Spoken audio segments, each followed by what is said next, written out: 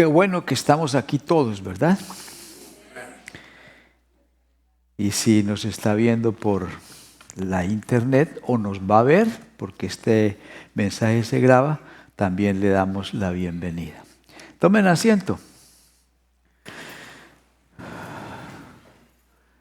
Algunos piensan que si uno es creyente, si uno tiene fe y cree, nunca va a dudar y que no va a tener problemas de incredulidad en ningún momento de su vida.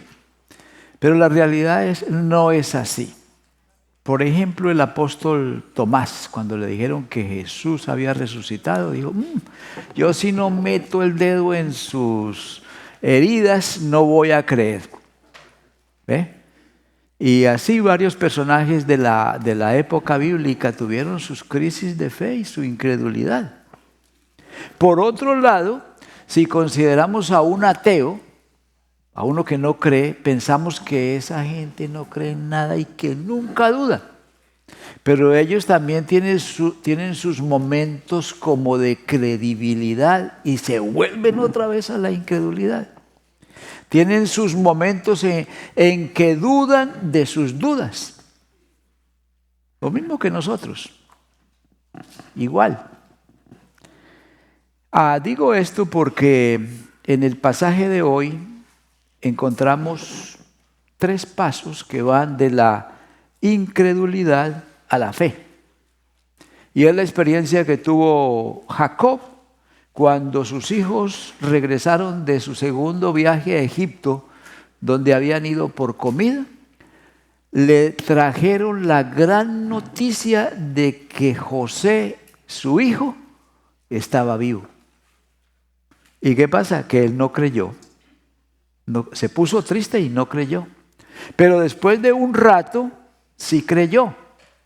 Entonces, aquí tenemos una experiencia de alguien que no cree y después de pasar por un proceso llega a creer.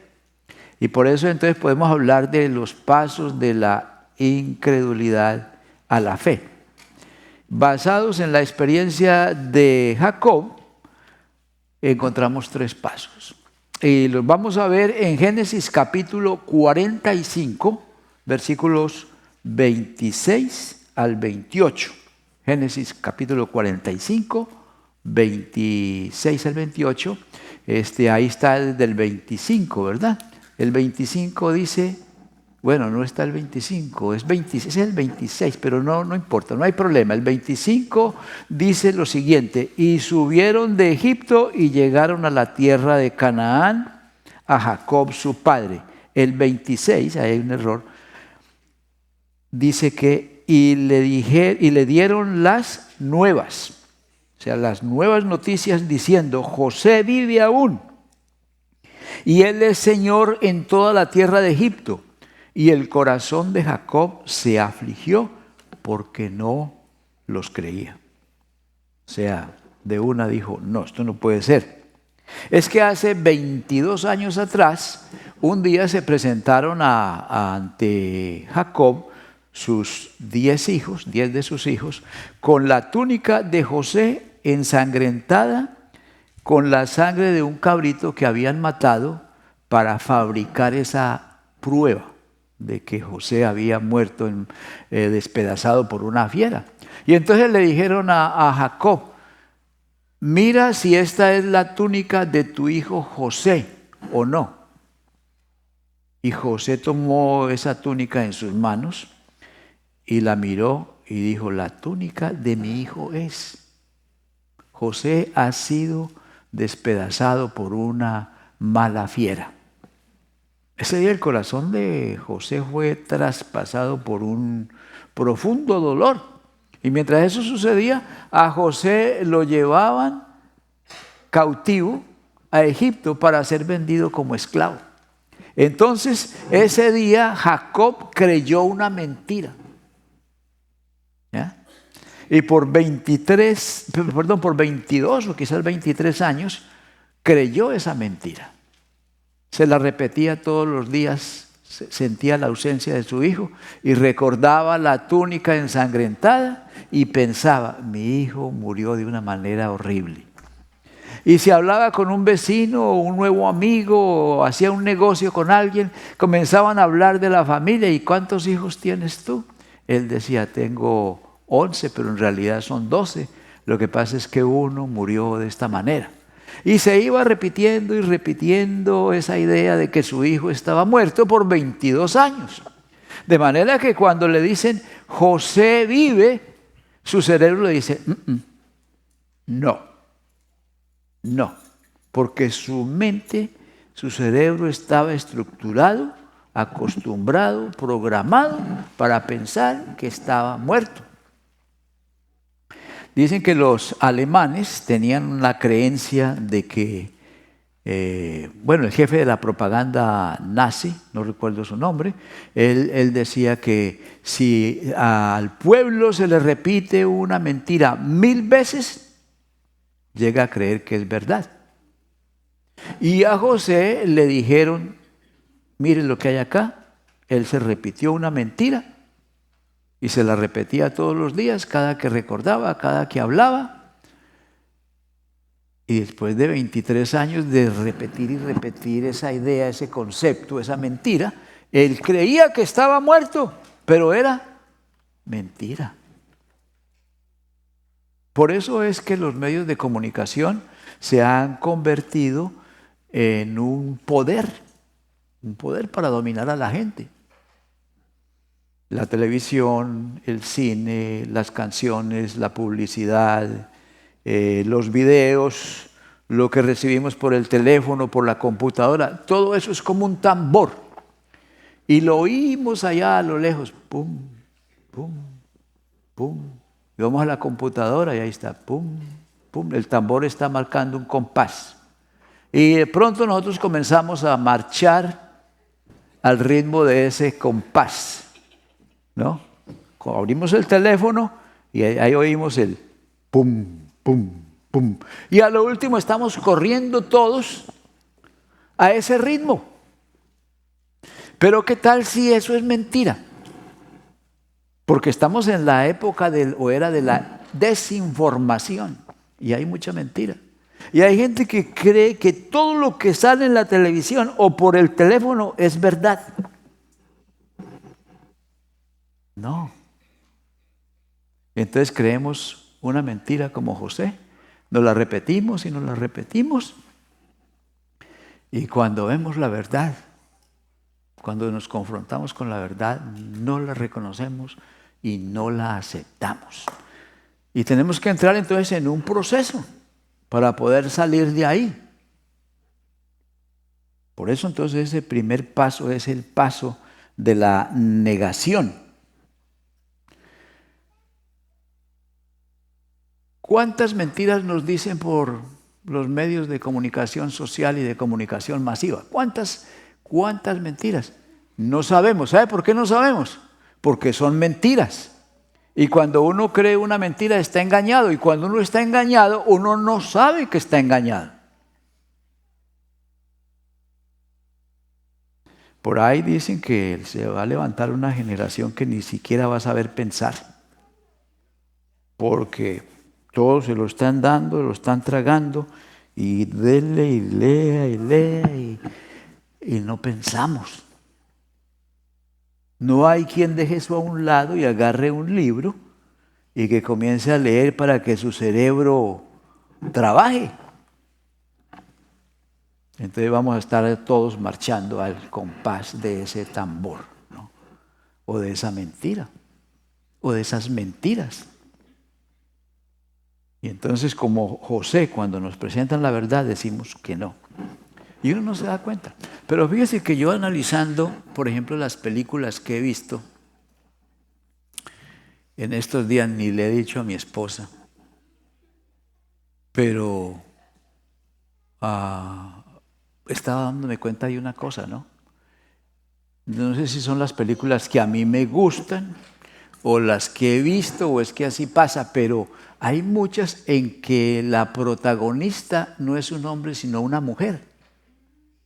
Y esa mujer se agarra con 15 mafiosos, los noquea, acaba con la mafia en la ciudad.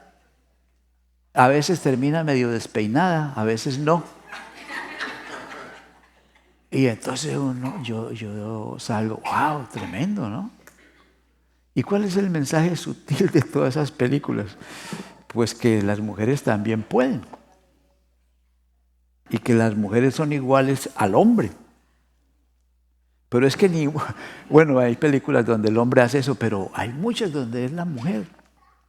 Y entonces digo yo, pero si es que el posmodernismo y el wokismo y todo eso que hay ahora nos están diciendo que el hombre y la mujer son iguales. Pero la Biblia nos dice que el hombre y la mujer no son iguales, que son complementarias. Y la naturaleza nos dice que el hombre aquí tiene músculo y las mujeres tienen glándulas. Y que el aparato reproductivo y sexual de un hombre y de una mujer son diferentes y que los cerebros están estructurados de maneras diferentes. Pero nos están diciendo que somos iguales. Somos iguales ante Dios y ante la ley. Pero Él nos dice eso. Y las películas nos van metiendo la idea de que la mujer es igual al hombre, ¿no? Es más, tan igual que puede ser hombre. Y tan igual es que el hombre puede ser mujer. Entonces, no nos damos cuenta a veces de tantas mentiras que hay allí en el medio social, en las comunicaciones y todo eso. Porque si nos diéramos cuenta, pues podríamos hacer una lista de todas esas mentiras y verificar si son o no verdad. Pero como no nos damos cuenta, pues eso le pasó a Jacob. Se repitió esa mentira que mi hijo está muerto porque lo devoró una fiera, y se lo repitió una y otra vez, y cuando le dicen José está vivo, es gobernador de Egipto, él más bien se pone triste porque él sabe, considera, está convencido de que está muerto. Bueno, hay personas que niegan la existencia de Dios. Y no, por ningún lado van a aceptar la existencia de Dios. O niegan la historicidad de Cristo. Hay gente que dice que Cristo no existió, imagínense. O que Cristo resucitó. O que la Biblia es la palabra de Dios. Entonces estas personas necesitan ir de la negación a la fe. Y el segundo paso que tendrían que dar es considerar las evidencias. Si, no hay problema con que nieguen. No hay problema con que usted diga, Dios no existe, pero considere las evidencias. No hay problema con que usted diga, Cristo no es Dios, pero considere las evidencias. Si no considera las evidencias, no puede salir de la negación. Entonces el siguiente paso está en el verso 27. Génesis 45, 27. Y ellos le contaron, cuando Jacob dice que no cree, ellos le contaron todas las palabras de José que les había hablado, y viendo Jacob los carros que José enviaba para llevarlo a Egipto, su espíritu revivió. ¿Cuáles son las evidencias que Jacob tuvo que considerar para moverse de la incredulidad a creer? Tenía para mí 3 evidencias. Una, el testimonio de sus 11 hijos. Sus 11 hijos habían ido a Egipto, habían visto a Sabnat Penea, pero Sabnat Penea les había dicho, yo soy José. Los había abrazado y los había besado, y habían hablado con él y habían comido con él. Habían tenido mucha interacción con José. Entonces un testimonio válido. Y todos estaban diciéndole, yo lo vi, yo lo toqué, yo interactué con él, tal y tal cosa. Todos diciendo lo mismo. Eso es una evidencia. La otra evidencia es que habían un montón de carros egipcios ahí estacionados frente a la tienda de Jacob. Y los vio que eran carros egipcios. ¿Esto por qué aquí? ¿De dónde sale esto, no? Pues que los manda José para que viajes a Egipto a verlo. Y la otra evidencia, un montón de regalos y un montón de comida que los hijos no iban a haber podido comprar con el dinero que llevaban. Entonces tenía para mí 3 evidencias. Y cuando uno considera las evidencias, entonces puede salir o moverse de la incredulidad a la credulidad. Pero mira, hay mentiras que no vamos a dejar de creer. ¿Sabe por qué? Porque no sabemos que son mentiras. Creemos que son verdad. Hasta que no nos choquemos con la realidad y nuestra mentira no encaje, no funcione, se choque con la realidad, ahí entonces descubrimos que estábamos equivocados. Pero mientras ese choque no se produzca, ahí vamos a seguir creyendo quién sabe cuántas mentiras. Yo acepto que yo debo creer algunas mentiras. Algunas mentiras tengo en la cabeza, ¿no? Y espero que usted también acepte que ha de creer algunas cosas que no son ciertas y que no son ni bíblicas siquiera, pero no te vas a dar cuenta si no estudias la Biblia tampoco.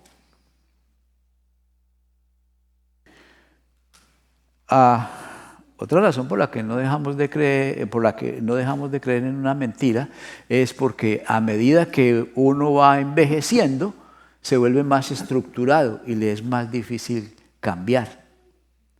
Por eso es que la mayoría de conversiones a Cristo ocurren en la niñez. Esas estadísticas existen. Creo que el 80% de los cristianos se han convertido de niños.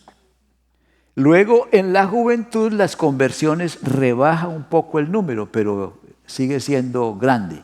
Ya en la edad adulta, la conversión a Cristo ocurre menos veces. Y en la tercera edad, muy escasos viejitos se entregan a Cristo. Pues este señor Jacob tenía 130 años cuando sus hijos vienen y le dicen: José, tu hijo vive. Ya él estaba acomodado, estructurado. A esa edad ya no quiere cambiar nada. Entonces no cree. Entonces por esas razones que a veces es difícil salir de ahí. Pero ¿saben una cosa? Las evidencias son muy importantes. Porque las evidencias fueron las que despertaron la mente de Jacob para creer que su hijo José vivía y para hacer el viaje a ir a verlo. Y algo muy interesante que ha ocurrido en los últimos 100 o 50 años es que la ciencia nos ha dado evidencias acerca de la existencia de Dios. Antes, cuando uno iba a hablar de la existencia de Dios, tenía que acudir a argumentos filosóficos, a razonamientos. Pero hoy en día la ciencia ha provisto cierta información que nos permite deducir que Dios sí existe. A ver cómo les explico esto. Los griegos y mucha gente han creído que el universo siempre ha estado ahí, que es eterno. Hasta algunos dicen que el universo es Dios. Pero la Biblia dice que Dios creó el universo. En el principio creó Dios los cielos y la tierra.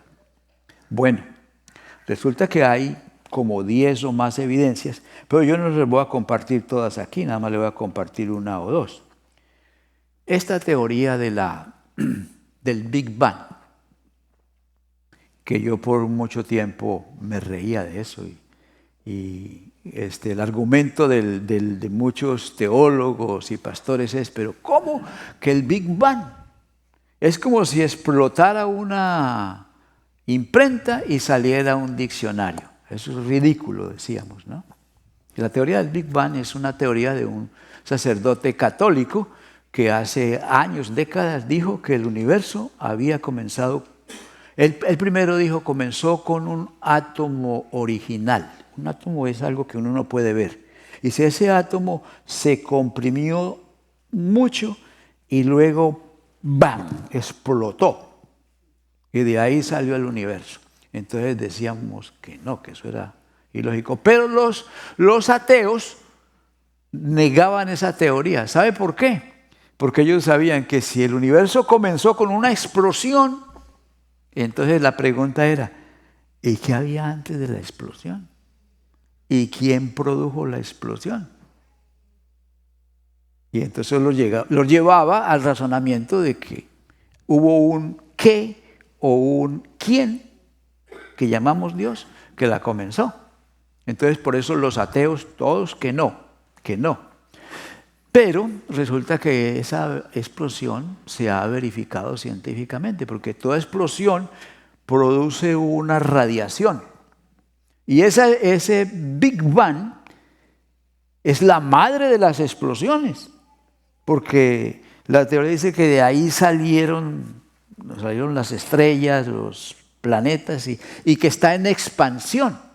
Entonces este padre católico Lemaitre dijo, bueno, si el universo se está expandiendo y la velocidad de la luz es constante, no cambia.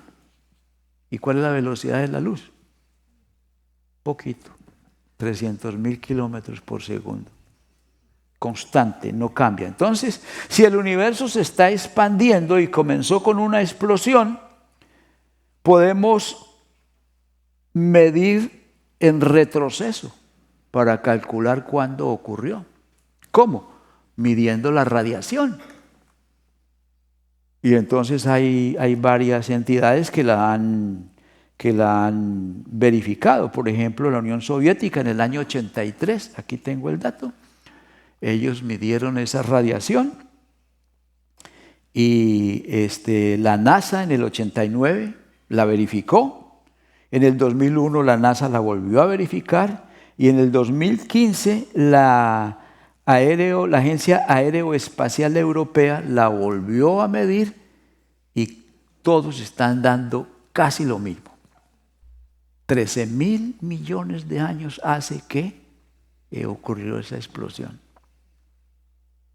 Otros dicen 13.700 millones de años. Y últimamente dicen 13.770 millones de años hace que Dios hizo boom y creó los cielos y la tierra. Y al crear los cielos y la tierra, entonces creó el espacio. Y como en Génesis dice, en el principio, entonces ahí comenzó el tiempo. Sin problema. Es una evidencia. Ahí está, comprobado. ¿Quién comenzó eso? Entonces el universo sí tiene un principio. Pero hay otra ley científica. Esto se está volviendo un sermón científico, pero ya voy a salir de eso, ¿ok? La ley de la entropía. La ley de la entropía dice que en todo sistema hay una tendencia al desorden. Por ejemplo, un carro es un sistema. Tiene un sistema eléctrico, tiene un sistema de refrigeración, tiene un sistema de lubricación, de explosión, de producción de energía. Tiene muchas cosas, es un sistema. Pero los carros se van volviendo más nuevos cada vez o se van volviendo más viejos. ¿Sí? Eso es la entropía, se van acabando. Yo tengo un carrito Nissan 2009, vaya, véalo cómo está. ¿No? Dice, ¿cuándo me vas a dejar descansar? Dice. Ya, esa es la entropía. O un árbol, tú cortas un árbol y después lo partes en trozos, metes los trozos a la chimenea, los quemas. Cuando están en la chimenea, ese pedazo de madera se convierte en calor, en luz, en cenizas, en humo. Ahora la pregunta es, ¿se puede hacer al revés? Que el humo, las cenizas, el calor, la luz se convierta en los trozos de madera y que los trozos de madera vuelvan a ser un árbol. ¿Es eso posible? No, porque esa es la entropía. Tiende al desorden. Si eso fuera posible, podríamos hacer una fiesta ahora porque entonces podríamos rejuvenecer. pero cada vez estamos más viejitos. La entropía. Por ahí anda uno cojeando que la rodilla, el otro que la espalda. Bueno, cada uno anda con su dolor. Los únicos que andan por ahí sonrientes son los jóvenes, ¿no? La entropía, hermanos. Entonces, si hay una ley el Big Bang ocurrió, el universo tiene un principio. Y la ley de la entropía nos dice que el universo va a tener un fin. Pero no se preocupe, que no va a ocurrir antes que salgamos de acá del culto. Va a pasar un rato antes de que el universo se acabe, ¿no? Entonces, bueno, científicamente se ha probado entonces que podemos afirmar que Dios existe. Y bueno, podemos hablar matemáticas. ¿Las matemáticas fueron inventadas o descubiertas? Descubiertas. Están en el universo, en la naturaleza. El universo es matemático. Para que exista la vida, ha sido necesario afinar este planeta matemáticamente, su química, su velocidad, su distancia al Sol, su distancia a la Luna, más de 200 afinaciones para que pueda haber vida. ¿Quién hizo eso? ¿Quién hizo esos cálculos? Bueno, podemos seguir hablando de más, pero si se consideran las evidencias, nos podemos mover de la negación a la fe. Pero hay que considerar las evidencias. El problema es que la gente no quiere considerar las evidencias. No queremos pensar. El tercer paso es la aceptación de la verdad. Miren el versículo 28. Entonces dijo Israel: basta, José mi hijo vive todavía. Iré y le veré antes que yo muera. ¿Qué pasó aquí? Pues que al considerar las evidencias, ya no pudo negar más la muerte de José y dice: basta, mi hijo muere. Perdón, mi hijo vive. El que se va a morir soy yo. Y si no me muevo, pues me muero sin verlo. Basta, mi hijo vive, iré y le veré antes que yo muera. Creer o no creer es una decisión personal, individual. Es un acto de la voluntad. Pero en el creer o no creer tienes que usar la mente. ¿Saben por qué? Porque la mente tiene que estar preparada para creer. Porque si la mente dice no, entonces no puedes creer. Entonces, creer requiere usar la mente. Y Jacob consideró las 3 evidencias que tenía y dijo: basta, no niego más que mi hijo no vive. Él vive. Mejor me apuro porque el que se va a morir soy yo. Y decidió ir a Egipto a ver a su hijo después de 22 años de estar creyendo una mentira de que estaba muerto. Hay 2 maneras de conocer la verdad. Uno es por la fe y otro es por las evidencias. Por la fe, al contrario de lo que piensan muchos, hay que usar la mente también. Porque vuelvo y repito, si no preparas la mente no puedes creer. Si tu mente te dice que no, no puedes creer. Entonces, ¿cómo se prepara la mente para creer? Considerando las evidencias. Y el otro camino para llegar a la fe es a través de las evidencias, considerando las evidencias. Ese es el camino científico.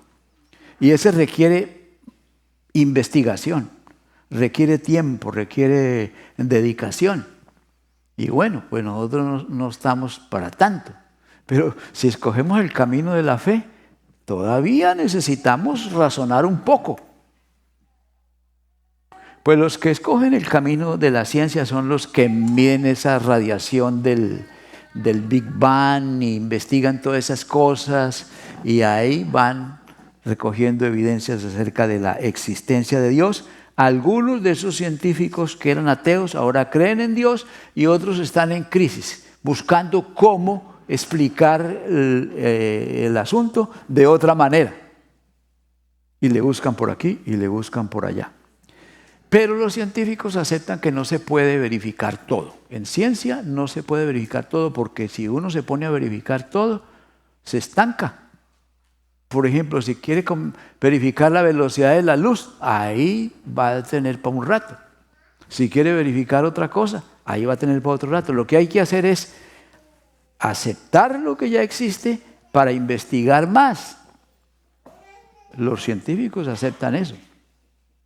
Pero hay algunos incrédulos que cuando se trata de la Biblia o del Evangelio, quieren verificar todo. Usted les habla de David y dice, un momento, David no existió. ¿Por qué? Porque el único que habla de David es la Biblia. No hay otros documentos en la historia que hablen de David. Y que David estuvo en tal ciudad. Un momento, esa ciudad no existió porque no se ha probado arqueológicamente que esa ciudad existió. Y niegan todo lo van negando. Y quieren que todo se verifique, pero no se puede verificar todo.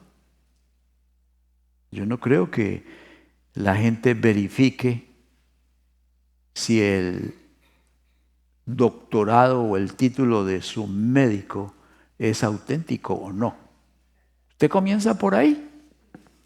Porque hay gente que quiere comenzar, que en cuanto al Evangelio sí hay que probarles todo.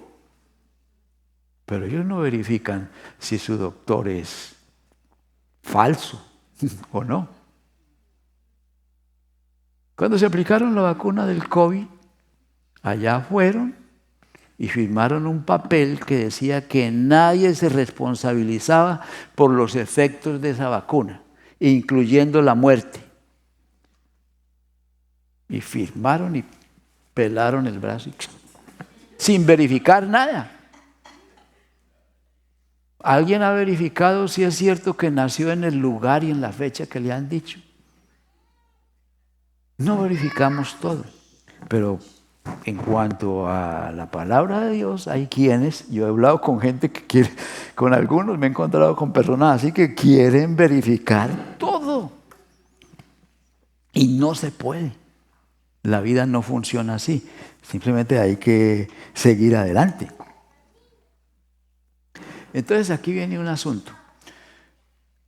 Además de ir por los 3 pasos que son negar, no hay problema con negar, verificar las evidencias y el tercer paso es, ¿cuál? Aceptar la verdad. Pero eso requiere honestidad. Usted puede negar, pero si usted es honesto, va a mirar las evidencias para verificar. Y si las verifica, usted necesita ser honesto para poder aceptar la verdad. Entonces el problema no está en las evidencias. Para mí el problema de algunas o muchas personas está en aceptar las implicaciones de creer. Porque cuando uno acepta que Cristo sí existió y que Cristo es Dios, entonces Él me pide que me arrepienta. Y eso es lo que yo no quiero, arrepentirme. Yo he hablado con gente que cuando llegamos a ese punto, lo que los detiene es, en el fondo, que no se quieren arrepentir de su pecado, que están viviendo algo que no lo quieren dejar y no lo quieren cambiar, ni quieren correr esos riesgos de dejar ese pecado. Ese es el problema. En esta mañana están predicando muchos sermones donde al final le van a pedir a la gente que venga al frente para ser campeón. Venga al frente porque Dios está en control de todo, todo le va a salir bien, confíe en Dios.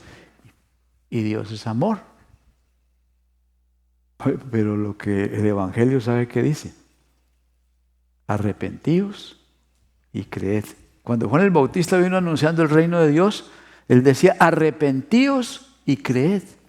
Y cuando Juan el Bautista murió, entonces Cristo comenzó su ministerio y lo que Cristo predicaba era, arrepentíos y creed en el Evangelio. No es solamente creer. Se puede creer sin arrepentirse. Entonces el problema está ahí, el atrancón, la piedra de tropiezo es arrepentirse. Necesitamos ver si estamos medio convertidos. Si nos falta el otro lado, el arrepentimiento, porque es como una moneda de dos caras. De dos caras. Jesús, vamos a considerar este versículo, vamos a considerar, por ejemplo, Juan 14, 1 y 2. ¿Qué dice? Le dice Jesús a sus discípulos, no se turbe vuestro corazón. ¿Creéis en Dios? Creed también en mí. Ahí está la fe, ¿no? Pero ¿cuándo se los dijo? Después de 3 o más años de andar con ellos. Y en esos 3 o más años, Jesús les dio evidencias de que Él es Dios. ¿Cuáles evidencias? Tenía poder sobre la naturaleza, poder sobre la muerte, poder sobre la enfermedad, poder sobre los demonios. Entonces les dice, no se turbe vuestro corazón, creéis en Dios, creed también en mí. Es decir, en ese sentido somos iguales. Yo reclamo para mí la misma credibilidad que ustedes tienen en Dios. Creed también en mí. En la casa de mi Padre muchas moradas hay. Si así no fuera, yo lo hubiera dicho. Punto y coma. Voy pues a preparar lugar para vosotros. Entonces, él les dijo esto después de mostrar las evidencias. Ahora nosotros tenemos que razonar y decir, ¿mintió o dijo la verdad? ¿Está mintiendo Cristo? Bueno, si yo considero las evidencias acerca de Cristo, yo me doy cuenta que el carácter de Cristo no es el de una persona mentirosa. Que Él fue el más grande maestro de la humanidad, la mayor influencia que la humanidad ha recibido, el más grande líder que hemos tenido. No cabe pensar que está mintiendo. Por lo tanto, yo le creo. Acepto esa evidencia. Creo que está diciendo la verdad. Pero si yo creo en Cristo, entonces Cristo, el evangelio que Cristo predicó es arrepentíos y creed en el evangelio. Vamos a mirar, por ejemplo, Marcos 1:14 y 15. Cuando fue encarcelado Juan, Jesús vino a Galilea predicando el evangelio del reino. ¿Y qué decía? El tiempo se ha cumplido. Ya llegué, aquí estoy. Yo soy el rey. El reino de Dios se ha acercado. ¿Qué? Arrepentíos y creed en el evangelio. Es muy fácil predicar el evangelio e invitar a la gente solamente a confiar y a creer. Te van a decir que sí. De vez en cuando aparece alguien que no. Pero si les hablas del arrepentimiento, entonces lo van a pensar más. Ese es el paquete completo. Arrepentirse y creer. Es una moneda de dos caras. Vamos a ver una moneda de dos caras. Una cora, como dicen aquí. Un lado es fe y el otro lado es arrepentimiento. Vamos a suponer que usted se encuentra una moneda que por un lado tiene el águila, pero por el otro lado no hay nada, está plana, flat, no tiene ninguna marca, ningún letrero. ¿Es auténtica la moneda? No. Es una moneda interesante, la puedes coleccionar, pero no vale ni 5 centavos. porque una moneda tiene dos caras. El Evangelio tiene dos caras: arrepentimiento y fe. Si usted va al libro de los Hechos, se encuentra el apóstol Pablo predicando el arrepentimiento para con Dios y la fe en Jesucristo. Entonces, se lo dejo para que lo considere.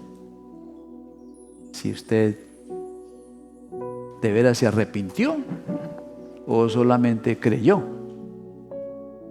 Y el arrepentimiento es una cosa que se debe practicar todos los días, porque somos imperfectos. Fallamos, metemos la pata, nos acostumbramos a cosas que no debemos acostumbrarnos.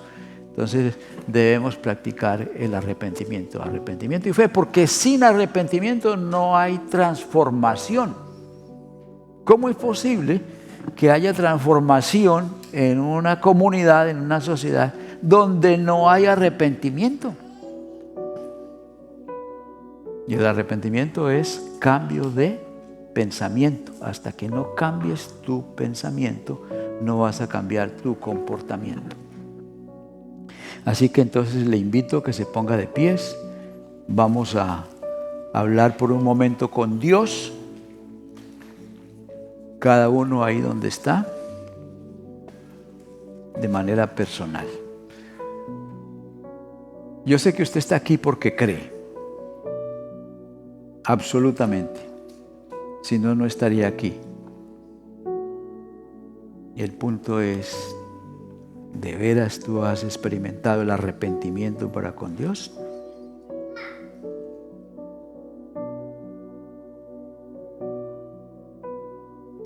Dígale: Padre de nuestro Señor Jesucristo, confieso, rechazo, repudio cada pecado en el cual